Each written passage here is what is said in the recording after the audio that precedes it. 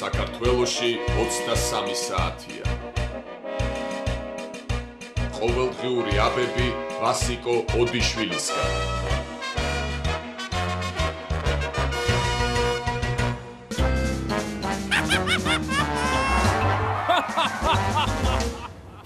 ბავშვი ეუბნება მამას. მამა, იცი, საქართველოს დანიაზე, ნორვეგიაზე და ბელგიაზე მაგარი ქვეყანა რომ არის. მამა კიდე პასუხობს, კიდე რუსთავი ორს უყურე, შეშობელ ძაღლია.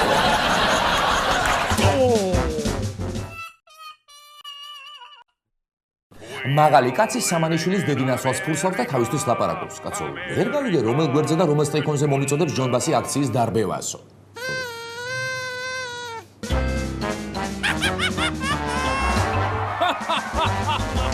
საღამო მშვიდობისა, თქვენს ტელეკუთებშია ყოველდღიური გადაცემა ყოველდღიური აბები ვასიკო ოდიშვილისგან და მე გადაცემის სამყარო ვასიკო ოდიშვილი გაახლავარ. კიდევ ერთი ბადრი აღმოჩნდა სახელმწიფოს წინაშე დამნაშავე. კიდევ ერთი ბადრი არღვევდა ჩვენს მშვიდ ძილს და ჩვენს უსაფრთხოებას. მაგრამ ეგ არაფერი, ბადრი მიწაწეს უკვე ბრალი წარედგინა და ალბათ მალე სატუსაღოშიც ამოყოფს თავს.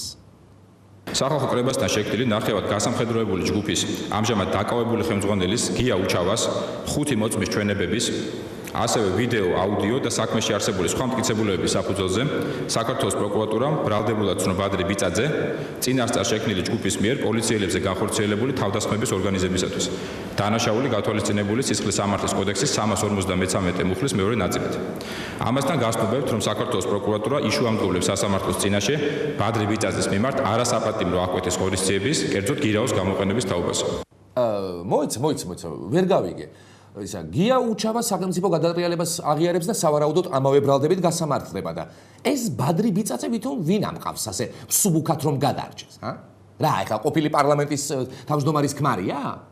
თავის ცოლს პოლიტიკური პარტია აქვს და სახელმწიფო გადატრიალების ბრალდებით დაპატიმრება საერთაშორისო სკანდალს გამოიწვევს თუ რაშია ეხლა საქმე? მართლა ქმარია და მართლა გამოიწვევს? ხო, მაშინ ასე იყოს, თქვათ ვითომ ბადრი 21 მაისამდე 2 თვით ადრე გაგიჟდა და თქვა, აღარ მინდა ზაფხულში ისევ ეგვიპტეში ზღვაზე დასვენება, წავალ ჩემს პოლიციას უბრალოდ შეიარაღებულ წინააღმდეგობას გაუწევ და ვითომ ჩვენს ციხეში რა ეხლა არ დამასვენებენო? მაგრამ მე ამ გადატრიალებას რა გავუყოთ, ამდენი ილაპარაკა ჩემმა ჰუმანურმა მთავრობამ და ახლა ამ ბრალდებით ეხლა არავინ არ უნდა გასამართლდეს, კაცო. მაგრამ არა უშავს. ეხლა მაგასაც მოევლება. გამოვაჭენოთ ისევ გია უჩავა და ვათქმევინოთ ბადრის ეგონა უბრალოდ წინააღმდეგობა უნდა გაგვეწია. ჯერ ბადრის შეფიცულებთან, პიტერ პენთან, ვინი პუხთან და წითელ ქუდასთან ერთად უნდა ეკრათ პოლიციელებისთვის ჯოხი და მე ჩემი რაზმიც გამოჩნდებოდა რაგატკებით შეიარაღებული და ბადრისგან დამოუკიდებლად დაიწყებდა გადატრიალებასო. და ვინო თუ კითხა ეხლა მაგ რაგატკებზე ხო ანუ ისა რაგატკებზე ბადრისაც ხო ქონდა ინფორმაციაო გამოვა ისევ გია და იტყვის ეგ ბადრის ეგონა რომ ჩვენი რაგატკები უბრალოდ კენჭებს ისროდა არადა სინამდვილეში მაგ რაგატკით კაი მოზრდილი ლოდების სროლაც შეიძლებოდა ასე მოგვიწევს მოგცევ ესე მოეყვანა რა ეხლა მაგ გიასაც პოლიტიკოსი ცოლი და იმ რაგატკებს სულაც დაუმალავდით კაცო ჩემთვის უკვე დღესავით ნათელია რას გეგმავდა ბურჯანაძე. რას და მოძალადა ხელისუფლების ძალადობით გადატრიალებას. მაგრამ არ იფიქროთ რომ ეს ჩვეულებრივი გადატრიალებაა. აქ ჯადოქრობაც არის გარეული. დაშიფრული ინფორმაციის გადასაცემად თემურ ხაჭიშვილმა გადმომცა მე ეს წიგნი. ანალოგიური წიგნი დაიტოვა მან თავისთვის. ამ ინფორმაციის გადაცემა ხდებოდა შემდეგნაირად. მაგალითად გადასაცემია სახელი ნიკა. ვიღებთ ანუ წერთ 5 ანუ გვერდი 5 1/19 ანუ პირველი სტრიქონი მე-19 რომელიც არის ენი. დიახ თემურ ჰარი პოტერ ხაჩიშვილმა ნიკა გოგუაძეს გადასცა მიცვალებულთა წიგნი, რომლის მეშვეობითაც გოგუაძეს უნდა ჩამოეშალა ქართული სახელმწიფოებრიობა და ეკონომიკა. გაერთულებინა ბიზნესის დაწყება, დაერბია და დაეხურა თავისუფალი მედია საშუალებები, დაენგრია ქართული სასამართლო, გადაეწვა მოსავალი და მოსახლეობა დაეტოვებინა ცარიელი მჭადის ამარა. ქართული განათლების სისტემის ნარჩენებსაც ჩააძაღლებდა, რათა ჩლუნგი და ბედნიერი თაობები გაეზარდა. ხელისუფლებაში მოსვლის შემდეგ ნიკა გოგუაძე მოახდენდა პოლიციის პოლიტიზაციას და ასე მოაჯდებოდა ქვეყანას თავზე. ეგ რუსეთის აგენტი ეგა. მაგრამ დაგაგვიანდათ თემურ. ერთმა მაღალმა ბიჭმა ეგ ყველაფერი უკვე გააკეთა და თუ გინდათ მოგიკითხავთ. კარგად არის ეგ რა უჭირს. არა, კარგად კი არ არის, ძალიან მაგრად არის. აი ესე მაგრად რომ აღარც წიგნების კითხვა ჭირდება და აღარც საკონტროლოების წერა. თავისი პატარა ბანდაც მოსმული ყავს ჯიგრულად, ხო? ეს ბანდა შედგება ორი კატეგორიის ხალხისგან: კილერებისგან და პერო გათხრილებისგან და რამე რო იყოს საკუთარი სხეულითაც დაიცავენ თავის პრეზიდენტს, ანუ კეთილდღეობას, ხო? ასე რომ მიხეილ სააკაშვილო ორო, hasta la vista, baby, ხო? აღარ არის საჭირო. ჟობს ერთი მოვინელოთ და თავად ხალხმა გადავწყვიტოთ რა გვინდა, თემურ ხაჩიშვილი თუ კეთილდღეობა. ისე კარგია, ჩემო რევოლუციონერებო, წიგნი რომ დავინახეთ თქვენს ხელში. მაგრამ ცოტა მოუმატეთ. 26 მაისს რუსთაველის გამზირზე განვითარებულ მოვლენებთან დაკავშირებით პოლიტიკოსებისგან ყოველდღე ახალ შეფასებებს ვისმენთ. ამერიკის შეერთებული შტატების ელჩის ჯონ ბასის მიერ გაცემულ იქნა სანქცია საშინელ დარბევაზე იმ განცხადებით, რომელიც მან გააკეთა რამდენიმე საათით ადრე კვლელ სააკაშვილთან ერთად პასუხისმგებელია ამერიკის შეერთებული შტატების ელჩი ქართული ლეიბორისტული პარტია კვლავ შესანიშნავ ფორმაშია. სხვათა შორის მე მესმის მათი აღშფოთების. სხვები რომ არაფრის მომცემ საგამოძიებო კომისიის შექმნას ითხოვენ, ქართულმა ლეიბორისტულმა პარტიამ უხრჩა უხრელი შრომა გაწია. გამოიძია აღნიშნული ფაქტი და დამნაშავეებიც კი ამხილა. უნდა ვაღიარო რომ ამ გამოძიების ჩატარება ლეიბორისტებს ძალიან გაუადვილდებოდათ, ჩემს ხელთ არსებული ფირი რომ ქონოდა. და მე მართალია გვიან, მაგრამ მაინც მინდა შევთავაზო ქართველ ლეიბორისტებს ეს ფირი. მე მაღელვებს იმის ნიშნები, რომ პროტესტის გამომხატველ ჯგუფებს შორის არიან ისეთი ადამიანები, რომლებიც შესაძლოა გამოწვევას მიმართავენ ძალადობისკენ და ძალადობრივი კონფრონტაციისკენ. მნიშვნელოვანია, რომ მსგავსი შეკრება და პროტესტი წარიმართოს ისეთი ფორმით, რომ ხელი არ შეუშალოს სხვა მოქალაქეების თავისუფალ გადაადგილებას და ასევე არ შეუშალოს ხელი ქვეყნის მიერ განსაკუთრებული ღირებულების მქონე დღეების აღნიშვნას.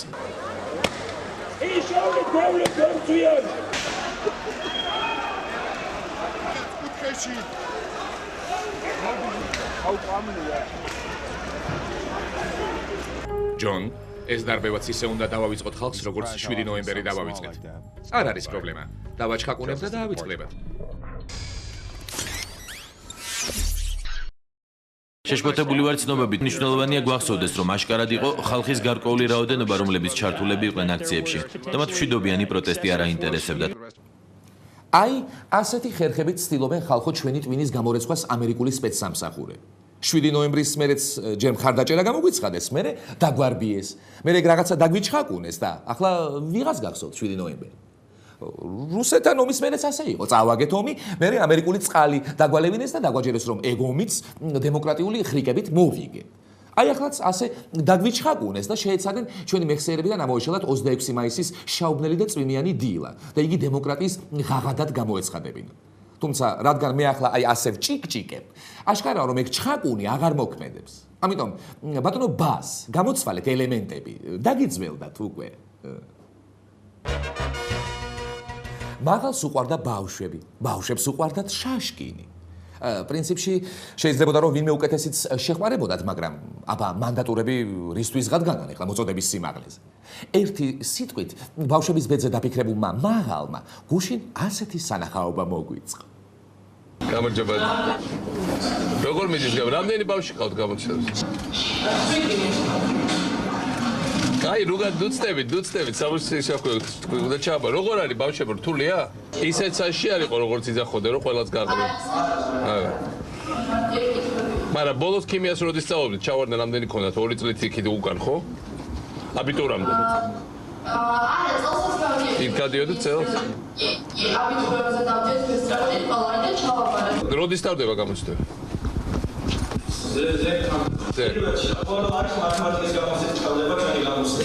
და მე შეგიძლია წახვიდეთ დაისვათ, მაგრამ მე უნივერსიტეტი მოდის უკვე. ალბათ თქვენს მიუჯექით არ შეგეშით. აი, ასე საყვარლად და ხალისიანად ეჭუკჭუკ ეცქვიტინა ჩემი მაღალი გამოცდებზე მყოფ მე-12 კლასელებს. გაამხნება, გაახალისა და თან ხალხსაც დაანახა. ნახეთ, მე რა კარგი ბიჭი ვარ, როგორ ვზრუნავ საქართველოს მომავალზე და როგორ განვიცდი მათ თითოეულ გამოცდასა თუ სხვა საპასუხისმგებლო დღეს. მაგრამ ამ შაშკინს და მის მანდატურებს ვერ მოუხერხე კაცო ვერაფერი, მარტო. მგონი ძალიან აწვალებენ ჩემს პატარებს და მე არავინ არაფერს მეუბნება ამის შესახებ. მაგრამ არა უშავს. ნელ-ნელა ბავშვებიც შეეჩვევიან შიშს და პოლიციელი ბიძიების ერთპიროვნულ ლიდერობას. აბა როგორ გვინდა ახლა? თუ ნამდვილი დემოკრატია გვინდა, ზუსტად მომავალი თაობის დასტრესვით და ამბიციების, ესე იგი, ჩაკლით უნდა გაკეთდეს ეგ საქმეო, ხო? ბავშვების სიყვარულით შეპყრობილი ჩემი მაღალი მხოლოდ გამოცდებზე ურთიერთობას არ დასჯერდა და თავისი სასახლის ეზოში ერთგვარი ზეიმიც კი მოუწყო ბავშვთა სხვა ჯგუფს. ბავშვთა დაცვის საერთაშორისო დღე აღნიშნა დღეს პრეზიდენტის სასახლის ეზოში ღონისძიება საქართველოს პირველი ლედის ინიციატივით გაიმართა კლასიკური მუსიკის კონცერტში ახალგაზრდა შემსრულებლები მონაწილეობდნენ ბავშვთა დაცვის დღეს პრეზიდენტის სასახლეში პატარების სტუმრობა უკვე ტრადიციად იქცა. იდეა კლასიკური მუსიკის ხელშეწყობის ასოციაციას და მის პრეზიდენტს სანდრა როლოვს ეკუთვნის. ჩვენი ამოცანა დღეს როცა ჯერ კიდევ ძალიან ბევრ ბავშვს საქართველოში უხდება გაჭირობაში გაზდა სიღარიბეში ყოველდღიური არსებობა უყურებენ თავისი მშობლების ჯერ კიდევ ძალიან სერიოზულ ეკონომიკურ პრობლემებს უმუშევრობას ნიშნავენია რომ ბავშვებმა მაინც შეძლონ რაღაც ადგილებში სეგმენტებში ისე ცხოვრება როგორც დიდარი ქვეყნის ბავშვებმა ასეა ყოველი დღე ბავშვთა დღე ყოველი დღე ნათელია და ყოველი დღე უნდა გავულამაზოთ ჩვენს პატარებს ნახეთ ხომ როგორ ამაყად და უდრტვინელად იჯდა ბავშვების შუაგულში ჩემი მაღალი იჯდა ბავშვების წრეში უსმენდა მათ შესრულებულ მუსიკას ეთამაშებოდა და უღიმოდა მათ ასეა ხან შენ უნდა ყავდეს ბავშვები გარს შემორტყმული ხან პირიქით შენვე უნდა იყო ბავშვებზე გარს შემორტყმული ოღონდ ერთ დღეს ორივე არ გამოდის მინიმუმ 3-4 დღიანი შუალედი მაინც უნდა არსებობდეს რატომ იყურებთ ეგრე 26 მაისის ღამის მოვლენები მიგავიწყდათ რასამ ღმერთო კი მომკალი მე აქ რას ვაკეთებ მოდით 26 მაისს აღნიშნული ბავშვთა დღეც გავიხსენოთ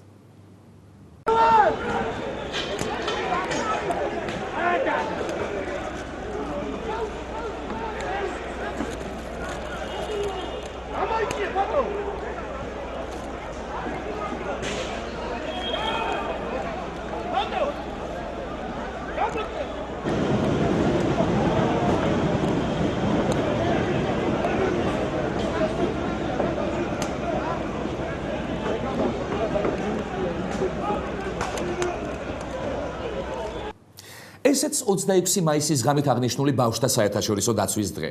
ხომ ნახეთ რა გულიანად, რა გამეტებით და რა დაუნდობლად ინდობენ ჩემი მაღალის ბიჭები პატარა ბავშვს. ასეა, ბავშვებს უნდა გაუფრთხილდეთ, უნდა მოუაროთ და უზრუნველი და ხალისიანი ბავშვობა უნდა ვაჩუქოთ. ჩვენ თუ ვერ მოვახერხებთ ამ ყოველივეს, მაშინ მოვლენ ჩვენი საამაყო ზონდერ ბიჭები და ისინი მიალერსებიან ჩვენს პატარებს. მადლობა მაღალ. მთელი ერის სახელით გწირავ მადლობას, რადგან ასე გულმოდგინედ ზრუნავ და ამხელა სითბოს გასცემ ჩვენი ბავშვებისათვის. ახლა აბების ეთერში რეკლამიცინის მიღების დრო. რეკლამიცინი ჩვენს ეთერში. გამოვიდა თემურ ხაჩიშვილის ახალი სახელმძღვანელო, როგორ დავამხოთ სააკაშვილის პირსისხლიანი რეჟიმი. წიგნში ნაჩვენებია ხელისუფლების დამხობის რამდენიმე საშუალება. გადატრიალება რა გადგით? დამხობა გია უჩავათი. ბუნტით ცხელი და გავარვარებული ბრინჯის პაპით და ასე შემდეგ. წიგნის შეძენა შეგიძლიათ ნებისმიერ გია უჩავასთან.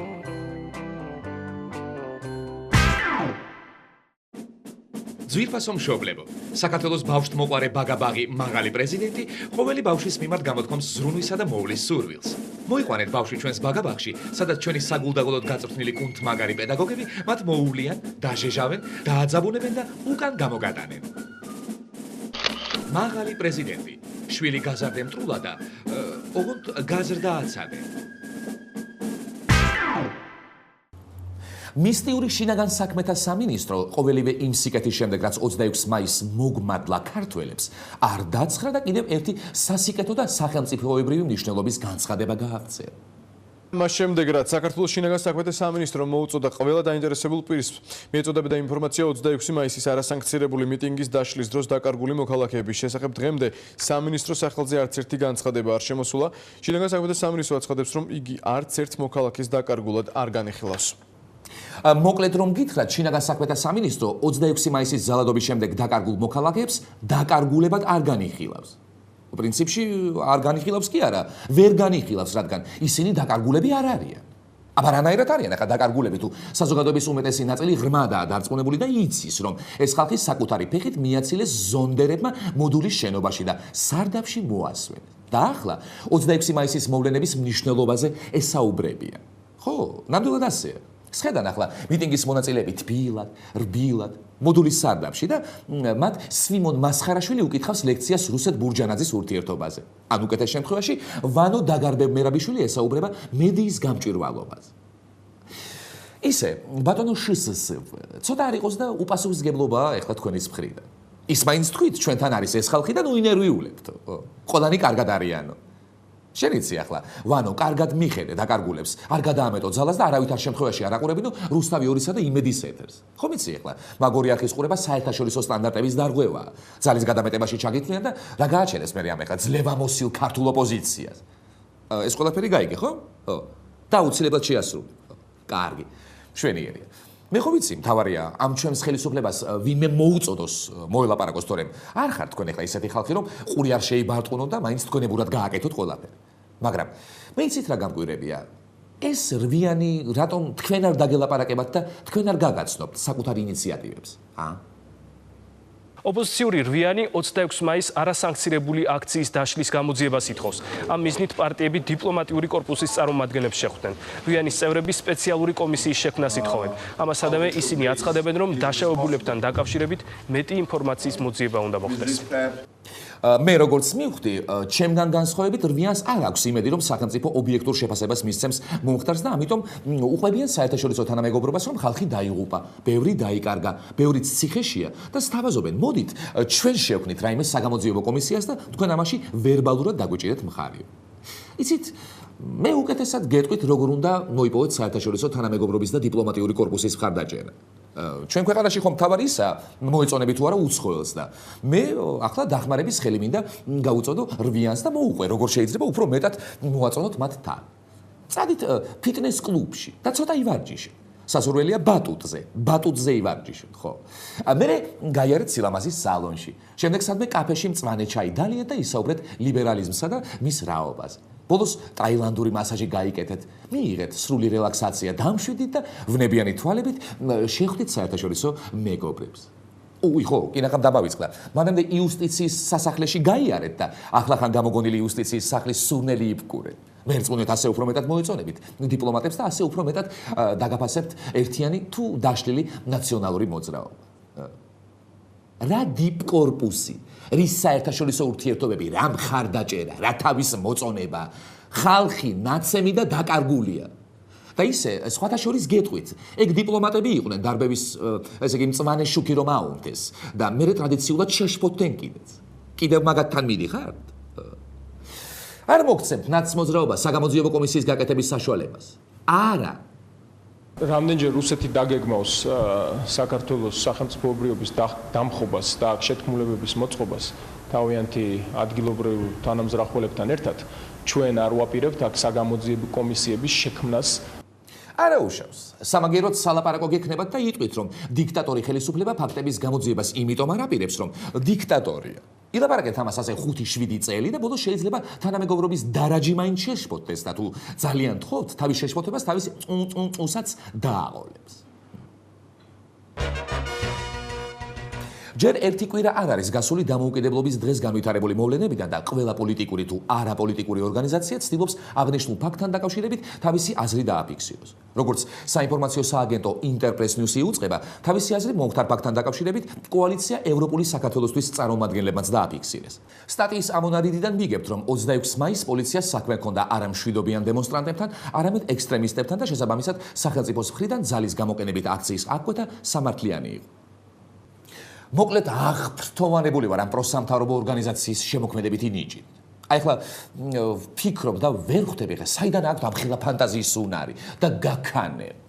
მომინდინგებს ჯერ რუსეთის აგენტები ეძახეს და სასტიკად დაარბიეს. მერე უსაქმურად რომ იყვნენ, მოიფიქრეს რომ ექსტრემისტები იყვნენ და ქართველ დონკიხოტებს დაავალეს ექსტრემისტების წინააღმდეგ ბრძოლა. როგორც ვატყობ, საქართველოს მიგელ და სერვანტესები არ აკლია, რომლებიც შესანიშნავად იგონებენ სხვადასხვა პრობლემებს და მერე მათგან იცავენ ქართულ დემოკრატიას.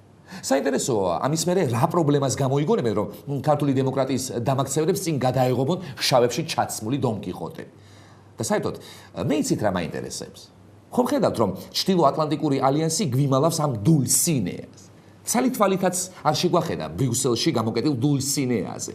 თუმცა ხო, ახლა გამახსენდა, ჩვენ ხომ დულ სინეაზე უკეთესი ყავს და მაგას რომ თავი მოვაწონოთ, მშვიდობიანი მომიტინგეები ხან აგენტების რანგში უნდა დავარბიოთ, ხან როგორც ექსტრემისტები ისე უნდა ვტყიპოთ. და თუ აუცილებელი იქნება პროტესტის მქონე ადამიანები ქარის წისქვილების მოვალეობასაც უნდა ითავსებდნენ. თორემ ისე ვერც დემოკრატიას ვეზიარებით და ვერც ჩრდილო-ატლანტიკურ ალიანსს გავეკარებით. პოლიტიკოსები არ იღლებიან და ყოველდღე ახალ სასაცილო ფრაზებს გვაწვდიან. მოусმინეთ და დადგმით. იცინიან და იცინიან პოლიტიკოსები. მეხუთე ადგილი. მეხუთე ადგილი დაიკავა გიორგი თარგამაძემ, რომელსაც ძალიან სჭირდება დიპლომატების მხარდაჭერა იმისთვის, რომ აზრზე მოვიდეს და თვალი აეხილოს. ჩვენ გვჭირდება დიპლომატების მხარდაჭერა საიმისოდ, რომ გავარკვიოთ ერთი რა ბედი ეწიათ ადამიანებს, რომლებიც დაკარგულებად ითვლებიან.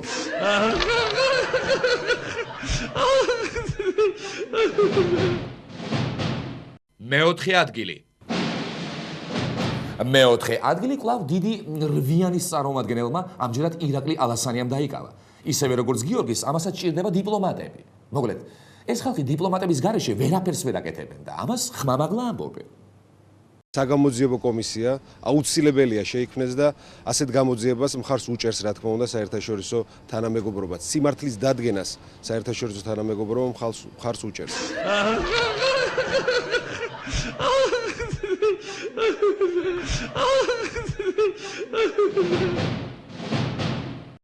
მესამე ადგილი.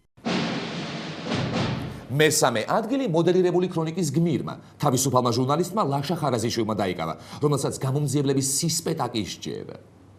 თბილისის საერთაშორისო უნივერსიტეტი და ტურიზმის საერთაშორისო აკადემია შავსიაში მოხდა უმაღლეს სასწავლებელში. იმდენი დარღვევა აღმოაჩინეს, რომ თავად გამომძიებლებიც ამ დრომდე შოკში არიან.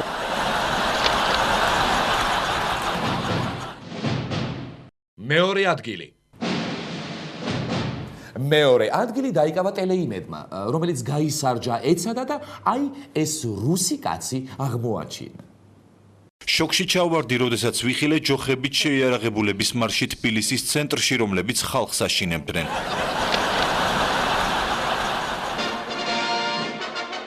პირველი ადგილი. და პირველ ადგილზე საწყალი გლახა ჰოლანდიელი გავიდა, რომელიც მაღალკაც ქვემოდან უყურებს და ქება დიდებას არ იშურებს. თქვენ ძალიან წინ წახვედით. ჩვენ ასეთი სისტემა სხვა დონეებზე გვაქვს, როგორიცაა GR და SAT, მაგრამ დამამთავრებელ კლასებში ეს სისტემა საერთოდ არ გვაქვს. ასე რომ ჩვენ თქვენთან შედარებით საკმაოდ უკან ვართ.